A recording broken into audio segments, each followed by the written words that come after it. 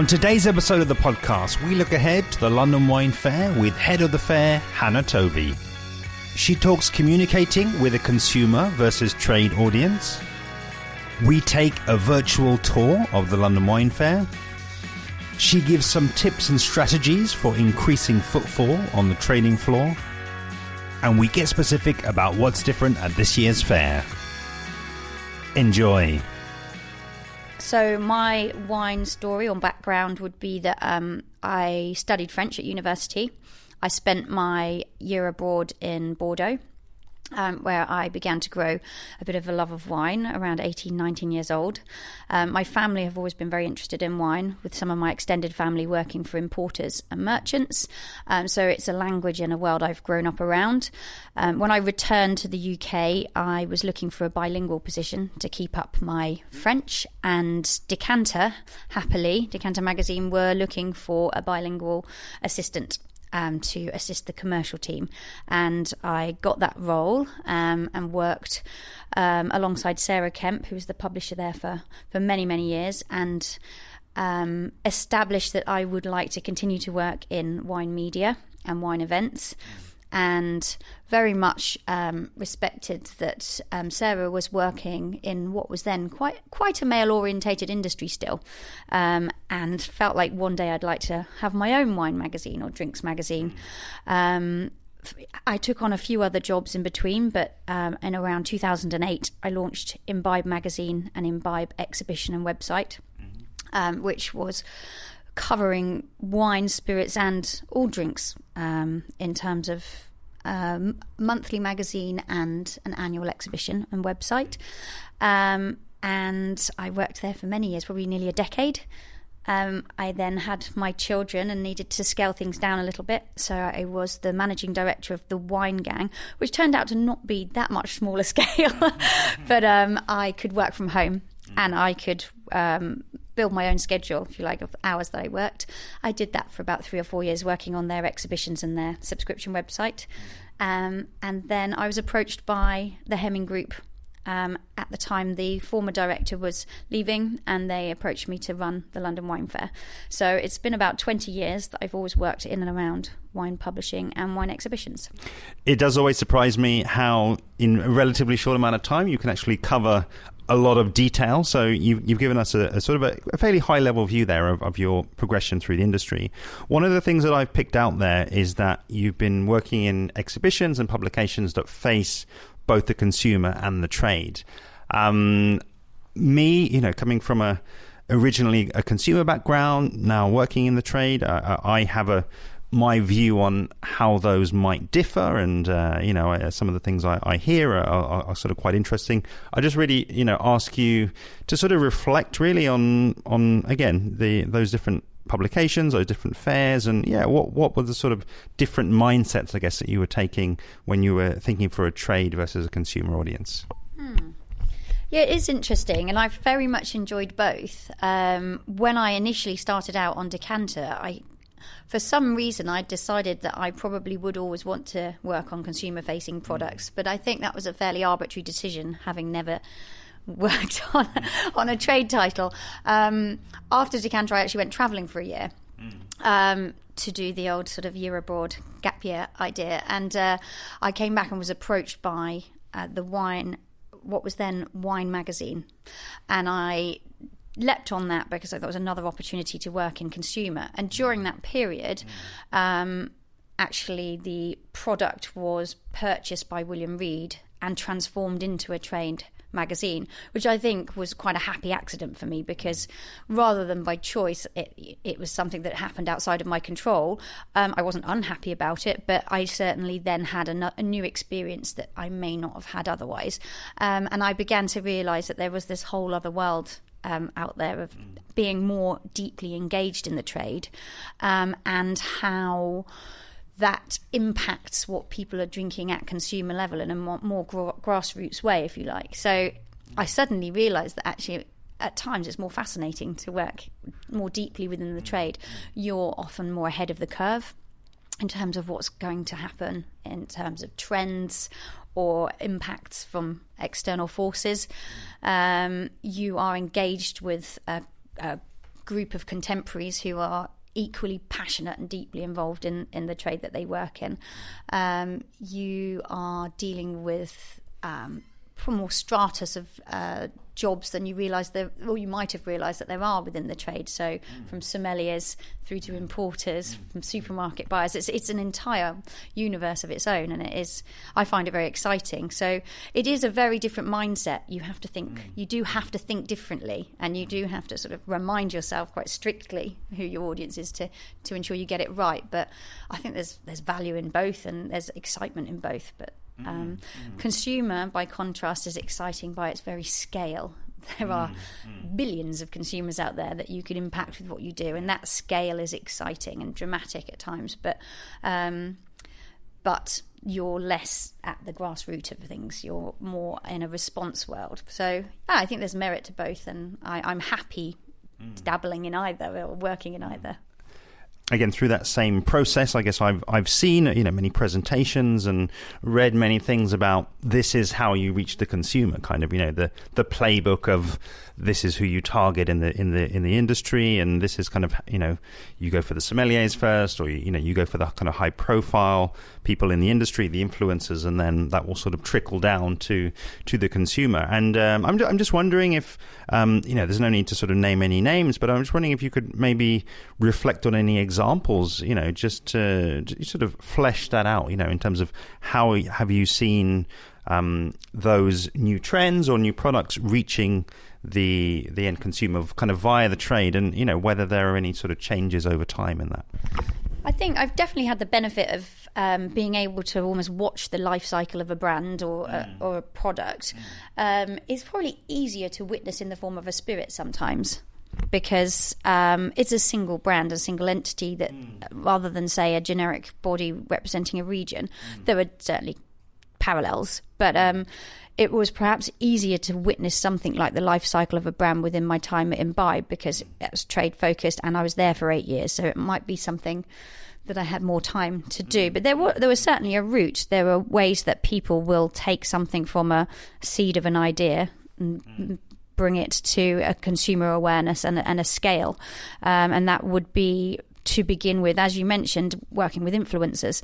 That's changed dramatically even in my lifetime working, that an influencer back in the day would be a sommelier or a person that would physically be pouring your product, and nowadays that could be anything from a celebrity on social media. So everything changes daily, and we have to try and stay on the pulse wherever possible. But certainly using influencers, trade influencers, is an important stage. So you will have ambassadors, and they will be feet on the street, and they will be tugging their wheelie trolleys around Soho, knocking on all the doors of the on-trade and indie establishments, and that would be an important part of growing a grassroots ambassador base of users and sellers of a product.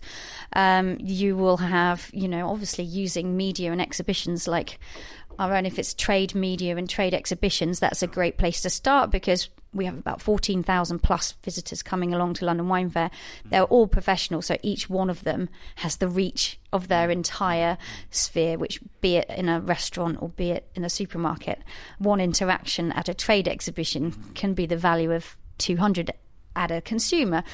Different way of achieving the same end, but certainly the feet on the street and then the advertising and exhibiting with trade bodies is usually an important start.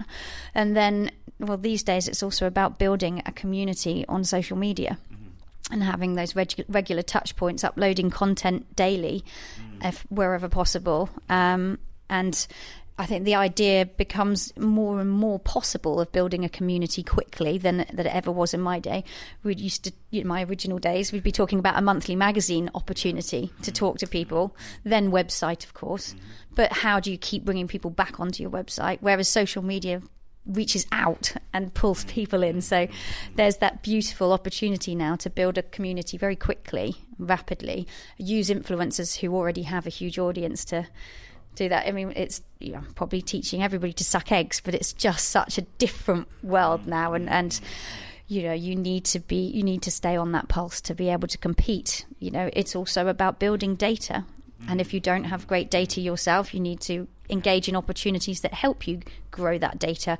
That again could be doing a trade exhibition and swiping everybody's badges that comes to your stand, or it could be renting data and mailing people and growing it. So the life cycle of a brand kind of goes through all of those stages until you reach that optimum size to be able to do a consumer activity, whether it's a consumer festival, tasting opportunity, starting to build a grassroots base of consumer fans who then talk to their friends and family, and so on and so forth. So it has been, I've been able to see brands go from nothing to huge in the last 15 years to huge everyday supermarket products.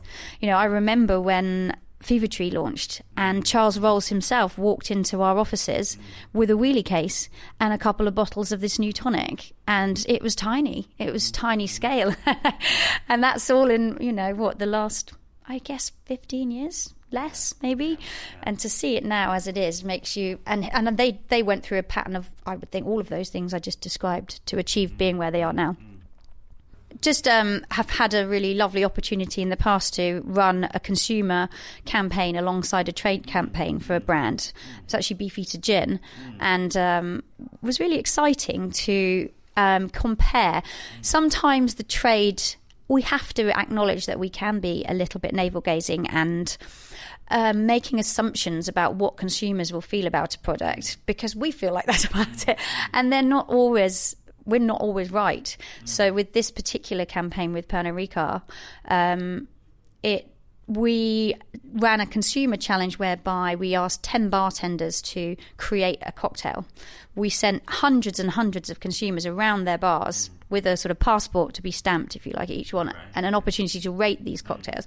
But we also then brought the head bartender or bar manager from each bar together for a day at the distillery to recreate their cocktails for a trade audience, who then voted on the same cocktails. And in fact, we ran that with several brands following, because the exercise was so fascinating. It led to such great content for various platforms actually that have done it. And well, in fact, the consumer and the trade were very rarely of the same mind. And so it was actually a really positive exercise for me to learn that perhaps we don't always get it right as to what consumers are looking for. And so always good to test theories and actually have as much market research as you can do to ensure that we as the trade don't go off on blind alleyways of mistakes, Super fascinating, and I really feel like I could ask 100 questions there, and we could sort of spend a few hours talking about that. But let's bring it back to your role and what you've got coming up next month, which is the London Wine Fair.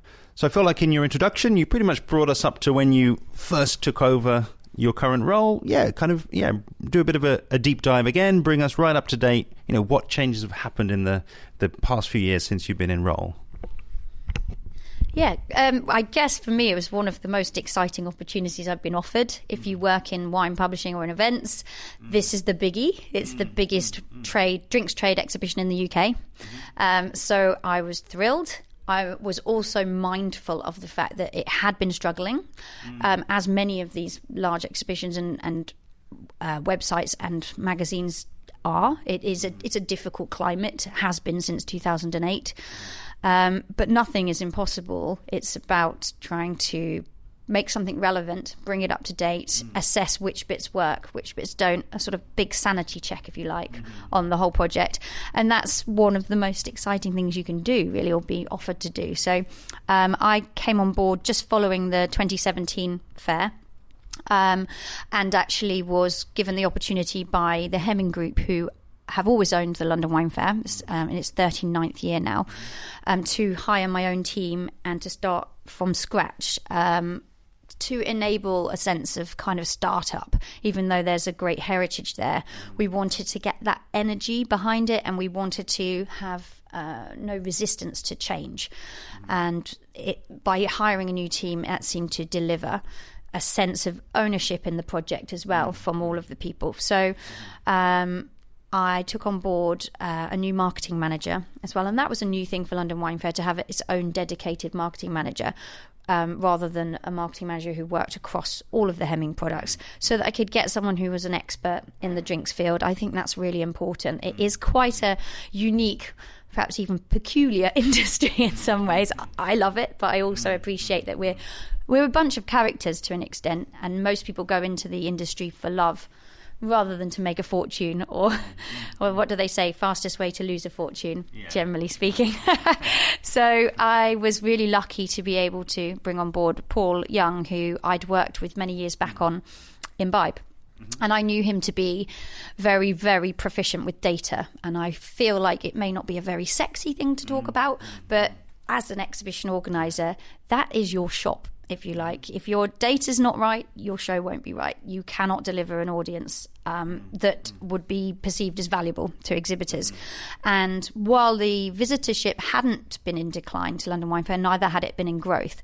So although one wouldn't perhaps describe it as a massive problem in that respect, it certainly wasn't in growth, and there was opportunity to make it thus. So we actually inherited a database of about 90,000 trade individuals, but we decided to take it back to bare bones, and we actually threw away quite quickly over 33% of all the data that we were given, and we invested a huge amount of time and money and energy into growing it up to over 100,000 records that were all completely up to date and validated. Such a boring topic in many ways, but actually the heart of why we managed to transform the visitorship in one single year. It's also the point of London Wine Fair. So I think, what is the point of it? Why does it exist? Well, because every wine company themselves, or drinks company, can't go through that expensive process constantly of having someone dedicated to data. That's why one would pay to exhibit, to see a return on investment by acquiring new contacts and data. So boring as it may sound, it was really important, and we did it, and we did manage to transform the visitorship from 2017 to 2018 by an increase of 17%, which for a 39-year-old brand is quite unheard of. We were aiming for about 11%, so we were really happy with 17. And it was a necessity, and people do talk about having felt the benefit of it in terms of the buzz in the actual hall in 2018, but also the quality of the visitor being stronger. So we worked really hard on that. We also completely rebranded the event. We threw a lot of colour at it.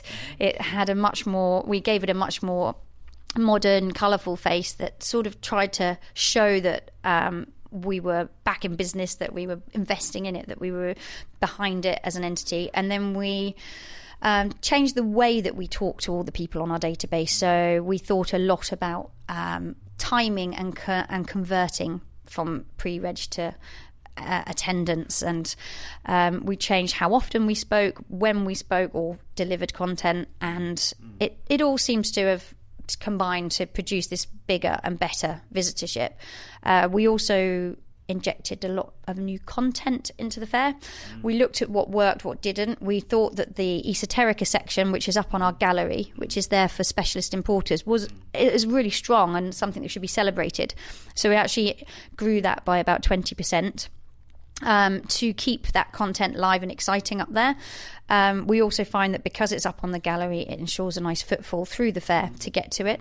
We grew the Wines and Earth section for producers looking for importers a little bit too, and we feel that's got a really lovely synergy. It's got a great networking and matchmaking vibe up there between the importers and the producers. So we launched the Education Zone partly to acknowledge that we have quite high numbers of more junior members of staff coming from the likes of Majestic or Obbins or from the on-trade. We want them to come. They are the stars of tomorrow. We absolutely want them there, but we know that we need to make good use of their time. And so with the Wine and Spirit Education Trust, we put together a theatre and a bunch of content geared specifically at that strata. So it could be anything from, so you want to be an importer, or so you want to be an ambassador, talking about basically next step for job-wise for these individuals. And we put in a classroom, a sort of test room, in which they could sit down and sit their entry test to level 3, because we'd learnt from the Wine and Spirit Education Trust that this is a level of education that they get most requests about at the fair. So instead of having to pay your 30 quid online to sit your entry test, you could come and do it 20 minutes, half an hour on site at the fair. And we felt that was a really lovely way to A, legitimise the use of time, B, offer a value, a service to these individuals on site that save them money. And great for wine and spirit education trust to be meeting all these potential leads for those guys who are going to want to sit their level 3 in the short term. So it really worked. And this year we're doubling the size of the theatre because it was oversubscribed for the whole 3 days. We also launched Drinks Britannia. That was from feedback when I first came on board, that we knew, of course, that the British drinks are in growth. One of the only things that is in growth that we work with. So that should be celebrated, championed. Also, it's an opportunity, commercially speaking. It's our homegrown territory. We should champion and support it. London Wine Fair should have a wealth of British products within it. And equally, the on and the off trade were all saying that they wanted to increase the amount of British drinks products, whether it's sparkling wine, whiskey, gin, water, on their lists, because that's what their visitors and consumers were asking for. They're the people buying on site for them. So it made absolute sense to provide this zone. We put it at the back of the hall because we wanted to make sure we were going to market it very heavily. We wanted to make sure that everyone had to walk past everybody else to get to it. Footfall is so important. We also put the innovation zone at the back of the hall, which was a new zone we launched, and that was really there for a number of reasons. Actually, we recognise that London is a unique hub in many ways, in that it is a hub of early adopters, it is a hub of wealth, it's a hub of service providers, whether that's tech, marketing, finance, but all of those services and industries they're vital to support the wine industry. Logistics, finance, marketing, labelling, production, of bottles, you name it. We can't get grapes into a glass of the hand of a consumer without all of those services, and thus we wanted to celebrate and support them in London Wine Fair. Equally, because we recognise that it's one of our USPs. London has that above and beyond any other city in Europe. We know that tech companies in France and Germany will come to London to launch their app or their techie product. So, and that goes across the whole spectrum. So we felt that it was logical to give them a space and to make a programme around a theatre that really puts London Wine Fair on the leading edge. We talk about big data in there. There are 5 sessions a day, over 3 days, and we will talk about building a community on social media. We will talk about big data. We will talk about all the things that actually impact London Wine Fair as well. And thus it becomes a vital hub for not just our visitors who are trying to keep up with the likes of Amazon or Facebook, or, if Amazon can deliver a parcel within the hour with robots soon enough, how does a standard wine distributor or wine merchant keep up? And that's what this zone is about. We feel that's a service to our industry, and equally it's an exciting thing for us to host. How exciting to run sessions on artificial intelligence and robots. It definitely gets my juices flowing. I only wish I had more time on site to go and sit in the sessions, but it was rammed. It's a first come, first seated theatre. And the busiest one, interestingly, that we ran last year was the psychology of selling. Everybody wants to know how to sell better, whether they're selling wine or whether they're selling a service. And that was absolutely fascinating, led by Joe Fattorini and a panel of about 4 other individuals. It was 32 seated and about 300 standing around. So we're really, really pleased with that. And those were our 3 biggest new zones that we launched all in 1 year, along with the sort of new look and the new feel. So hopefully it was, discernible from the outside that London Wine Fair is making noise, dialing things up, changing the way we operate, and becoming very relevant for 2018/now 19, because time moves so quickly now. Even in the last 5 years, we have a completely different context to operate within than we had back when the fair first came back to Olympia. It's a different beast now, the industry. Thank you so much for giving us that sort of virtual tour there. I can speak for myself, having gone along last year, that certainly the mezzanine level, I think you really described that exactly how I experienced it in terms of the esoterica, the wines unearthed. I think it really had for me quite a cozier feel. Just the fact that you're actually closer to the ceiling there in what is quite a large hall, but you've still got lots of natural light. It doesn't feel as though you're sort of shoved away in a corner. It's a very welcoming space, and interestingly, I bumped into a lot of former guests on the podcast up in the esoterica section. So I'll hopefully be going back up there again this year. And then certainly, for me, the downstairs had a very much different feel. I think part of that was just that you get a sense of more the grandness of the space. If you're downstairs, you do sort of have that bigger buzz, I guess, and more noise around you. And arguably, and me looking from the outside in, I thought maybe that was the more difficult part, to get people to sort of stop and look, simply because there was more going on. It seemed to be louder, it seemed to be brighter, and I'm just curious, just on almost going back to the footfall question, really focusing on the ground floor, really more than the upstairs part, which I think are different products. What do you see, and what have you seen people doing especially well to get people to stop, to get people to engage and kind of have that moment with them down there when there are so many other distractions around, and there are sort of so many other great products that they could also be going and looking at?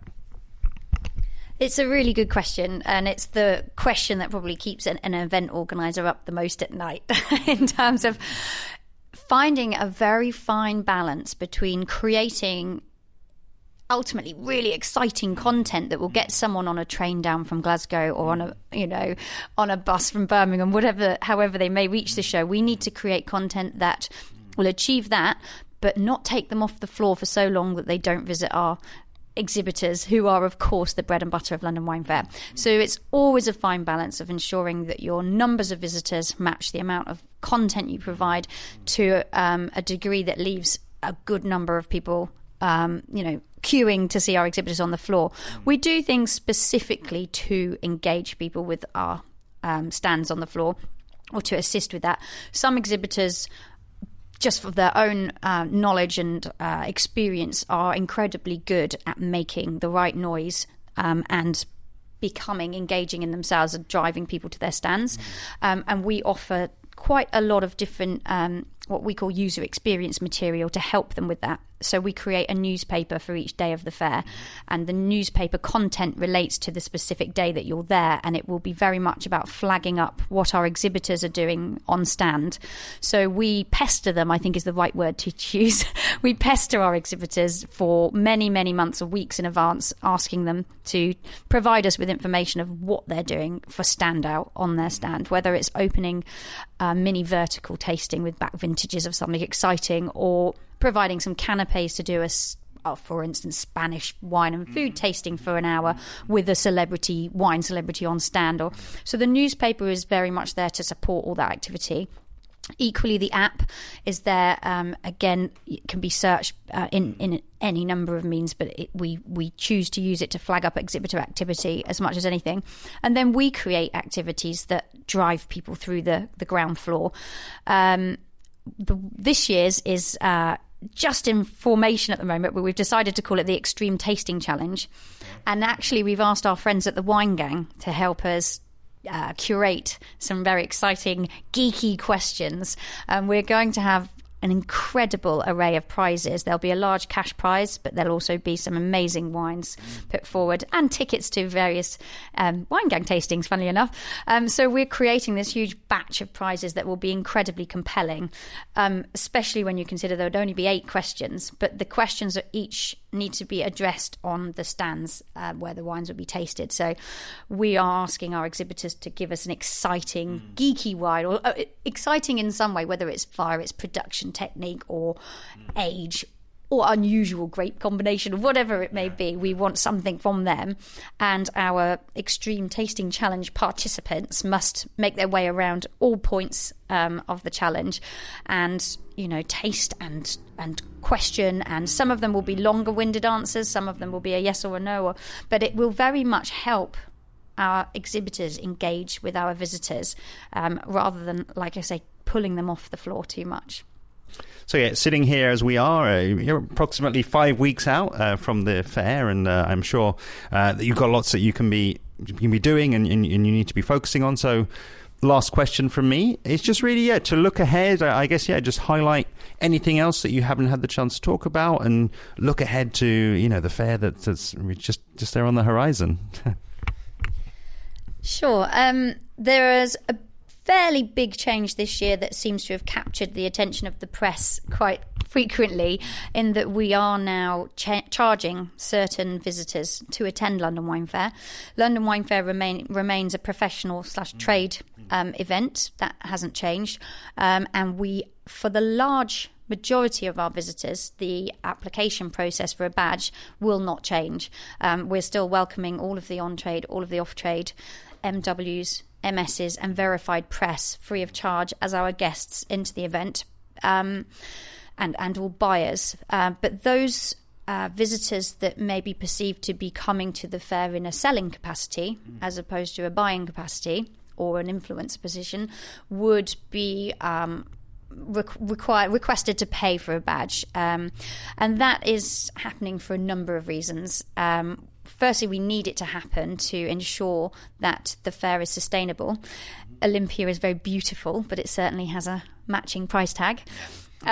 Secondly, because our exhibitors have requested it. Over a number of years, some of the larger importer companies have decided not to exhibit, but to send large numbers of their commercial teams down, who can then utilise the fair really in a similar way to our exhibitors, while our exhibitors are paying for the privilege.